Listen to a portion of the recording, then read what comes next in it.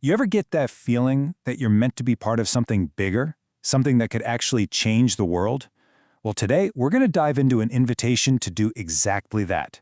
We're talking about the National Council of the Stripling Warriors Guild. And really, it all starts with this idea from Margaret Mead. I mean, think about it. Never doubt that a small group of thoughtful, committed citizens can change the world. She says it's the only thing that ever has. That right there, that's the heartbeat of this whole movement. It's this deep belief that a few dedicated people can ignite massive change. And that's precisely what's fueling the Stripling Warriors Guild. So what's the big challenge they're up against? It's something they call the global learning crisis, and this is a serious issue. We're talking about millions of kids who are physically in school but aren't actually learning the basic skills they need. The Guild has basically said, okay, this is the problem we're going to solve, and their plan to build a team of student leaders in every single country to take this thing head on. Okay, and this is where it really gets personal. This isn't just some abstract idea about an organization out there. It's a direct invitation to you. The whole movement from the ground up is built by volunteers. We're talking about people who just decided they weren't going to wait around for someone to give them permission to make a difference. The best way to think about it is like a startup foundation, It has that same energy, that same drive, but its heartbeat is global. This is a group that moves with real purpose, a ton of courage, and this unshakable belief that they can empower families and communities all over the world. Right, but you might be thinking, how can one person possibly make a difference on that kind of scale? And that's a fair question. The answer, it turns out, is in the structure. It's all about something called the National Council, which is basically the vehicle designed to let you create a real national impact. So what is the National Council exactly? In a nutshell, it's the official leadership body for a country. Its whole job is to bring together this diverse team. We're talking mentors, ambassadors, all sorts of leaders to push the foundation's mission forward right there, on the ground. And don't picture some rigid top-down hierarchy. That's not what this is about. It's a network, a truly collaborative one. Every role is designed to support the others. They call it a dignified network of service, education, and national collaboration. And I think that really captures the spirit of it. Which, of course, brings us to the most important part, your role. Because in a network like this, every single person plays a distinct, absolutely vital part. Yeah, it's about teamwork for sure, but it's also about what you, as an individual, can bring to the table.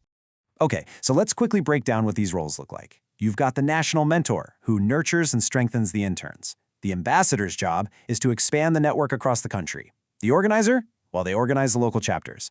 The trainer builds up everyone's skills, and the representative is the voice for their state or country. See, each one is different, but they all have to work in sync to get the job done.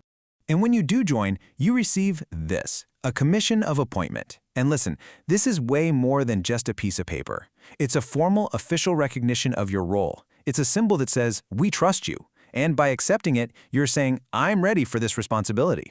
Now, how this appointment works is pretty unique. You don't have a rigid, fixed term like, say, 2 years. Instead, the phrasing is you serve at the pleasure of the board. And I know that might sound a little strange at first, but there's a really good reason for it. It's all about creating a flexible, mission-focused structure. That agility is everything. It makes sure that your role is always aligned with what the organization needs right now, which keeps everything purposeful and stops things from getting stale. All right, so you've got your role, you've got the commission. What happens next? Let's get down to brass tacks. What are the first steps? How do you actually start making an impact right away? Well, they lay out a pretty clear path for you. You start by just getting your hands dirty. You test out the educational resources yourself. You share their big flagship program, the one for mothers. You facilitate a small group, and from there you start building your own team, organizing and recruiting other volunteers.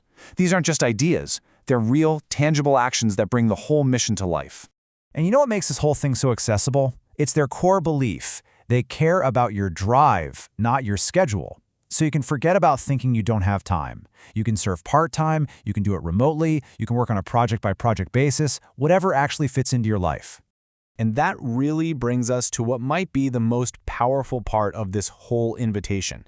Because joining right now, it isn't just about volunteering your time. It's about building a legacy. It's the chance to be there at the very, very beginning of something that could be truly historic.